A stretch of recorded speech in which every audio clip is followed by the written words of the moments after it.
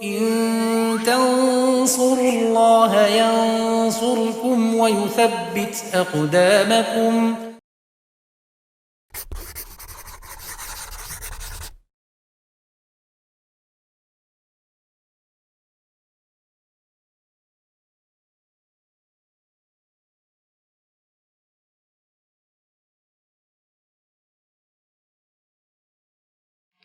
Assalamualaikum warahmatullahi wabarakatuh. Adik-adik semua, bertemu lagi dengan saya Kak Hasan dalam program belajar fisika bareng Kak Hasan dan Yufid Edu.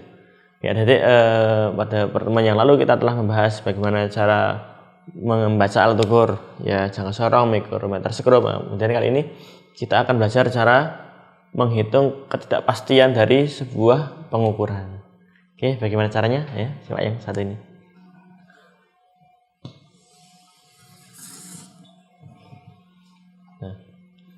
Di pertemuan sebelumnya dalam perhitungan dalam bacaan kita membaca jangka sorong dan mikrometer skrup udah keasan spill dikit ya cara baca ketidakpastiannya. Nah, kali ini akan kita lebih bahas lebih detail lagi ya, karena kita nggak cuma pembacaan ketidakpastian yang tunggal saja, namun ada yang berulang. Nah, untuk yang pertama, bagian yang pertama untuk ketidakpastian pengukuran tunggal.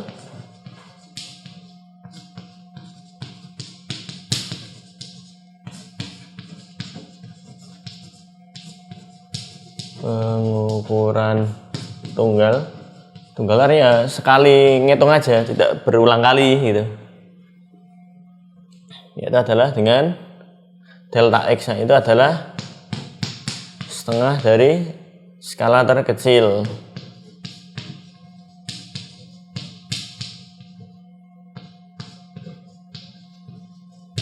Gitu. Kalau gini, kalau misalkan pada mistar atau penggaris, itu kan kita tahu telitian 1 mm, maka delta X-nya atau ketidakpastiannya itu adalah ya setengah dikali setengah kali 1 mm.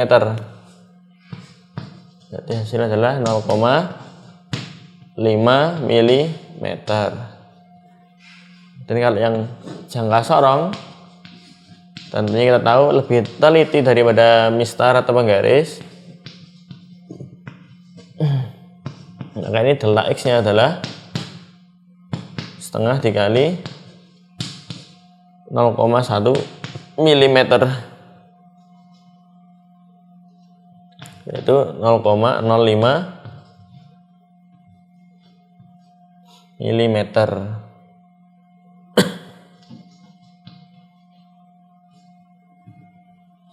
Dan yang lebih teliti lagi yaitu mikrometer skrup.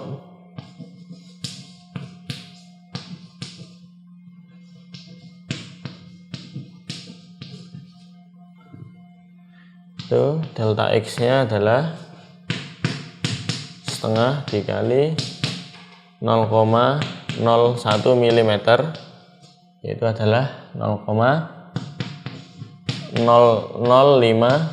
mm.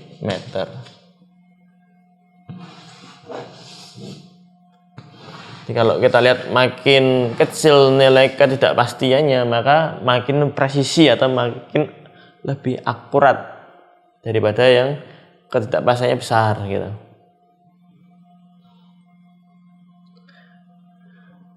Kemudian yang kedua tentang ketidakpastian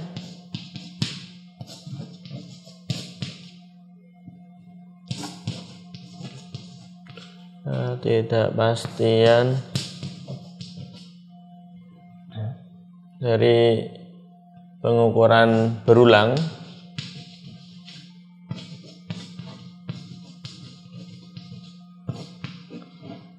Namanya saja berulang, berarti kita nyobanya lebih dari satu kali. Delta X-nya ini adalah, ini ketidakpastian mutlaknya ya, sigma dari X, sigma dari XI dikurangi X rata-rata dibagi N.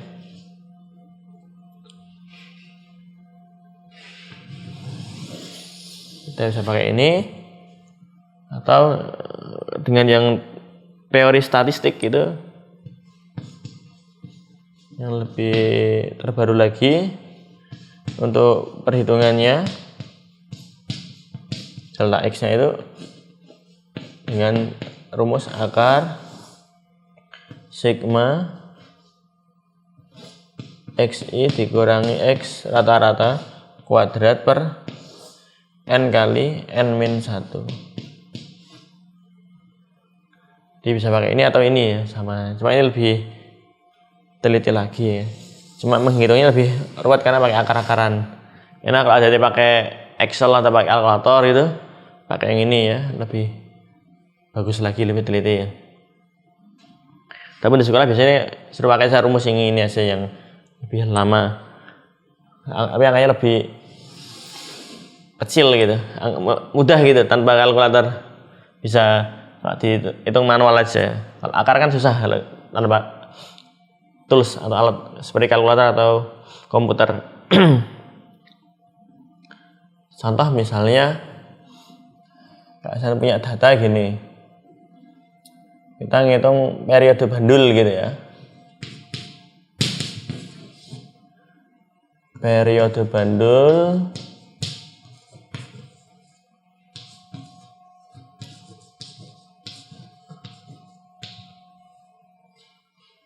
ini kita ukur selama 5 kali percobaan, didapatkan datanya ini 2,1 detik, terus 2,2 detik, kemudian 2,3 detik, kemudian 2,2 detik, kemudian 2,1 detik. Atau ini 2,4 aja biar beda semua ya, 2,4, ini 2,5 gitu. Ya dia langkah percobaan didapatkan datanya ini 5 kali percobaannya, 1, 2, 3, 4, 5. Jadi T-nya untuk yang pertama, kedua, ketiga, keempat, kelima di sini.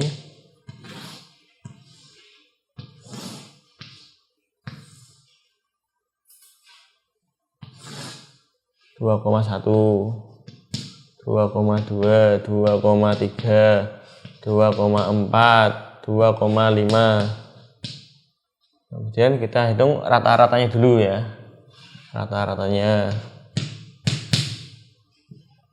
jadi adalah 2,1 tambah 2,2, 2,3, 2,4, 2,5 per 5. Ini bisa titik hitung, nanti ketemunya 2,3 ini. Rata-ratanya 2,3. Terus ini TI min T rata-rata ya. Rata-rata kita kasih T ada strip atasnya.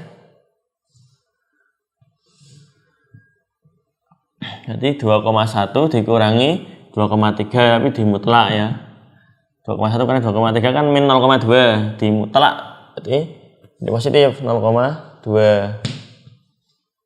Terus yang ini 2,2 dengan 2,3 selisihnya 0,1. Terus ini dengan ini selisihnya 0 ya, sama tak? Terus 2,4 sama 2,3 0,1. Ini sama ini 0,2. Nah, kita jumlahin ini semua. 0,3, ini 0,3 itu berarti 0,6.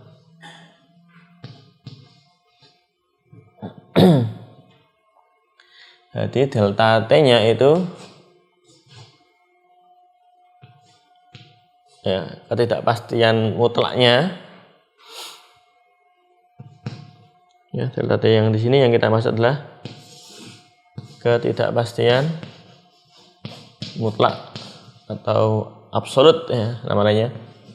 Ketidakpastian mutlak itu rumusnya ini, sigma xi min x rata-rata dibagi n. Jadi sigmanya ini jumlahnya, sigma dari ti min t rata-rata adalah 0,6 dibagi nn banyak datanya ya. Ini kan ada 5, 1, 2, 3, 4, 5 dibagi 5. Ini adalah 0,12. Nah, jadi penulisan ketidakpastian mutlaknya adalah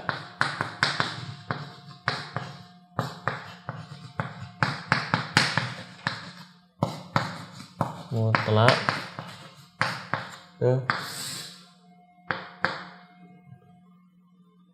ya 0,12 itu. Jadi cara menampilkan pembacaan periodenya adalah rata-rata tadi ya. T plus minus delta T.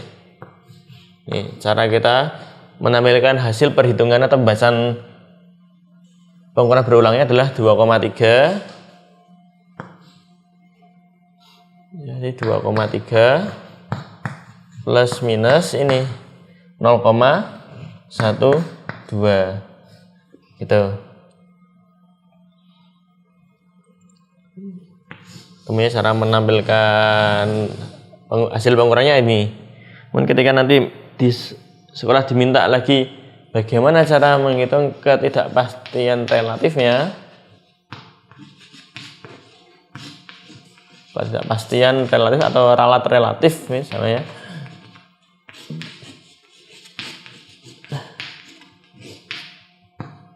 ini adalah delta T dibagi T dikali 100%.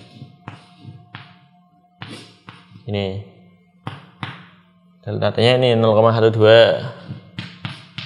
dibagi T nya ini 2,3. Nah, kita kali 100%. Nah, seperti ini. Nah, saya hitung pakai kalkulator ya. Angkanya susah.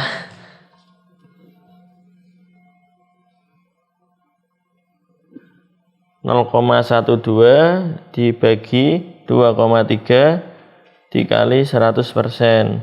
5,217%.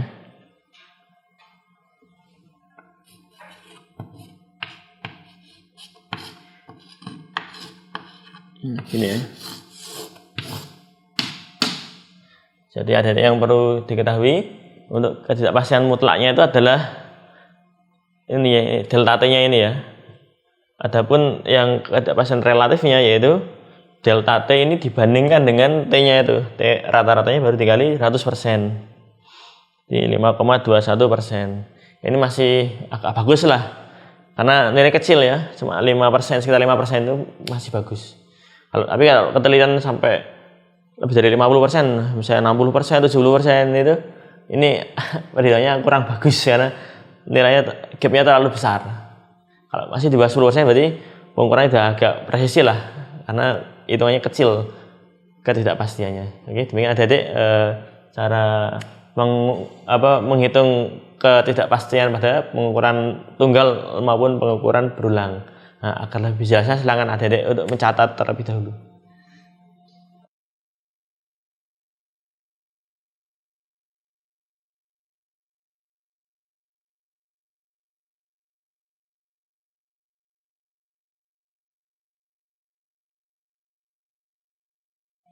Oke, demikian adik-adik materi tentang cara menghitung ketidakpastian relatif maupun ketidakpastian mutlak pada pengukuran tunggal dan berulang. Insya Allah pada pertemuan yang akan datang saya akan berikan materi yang lainnya lagi.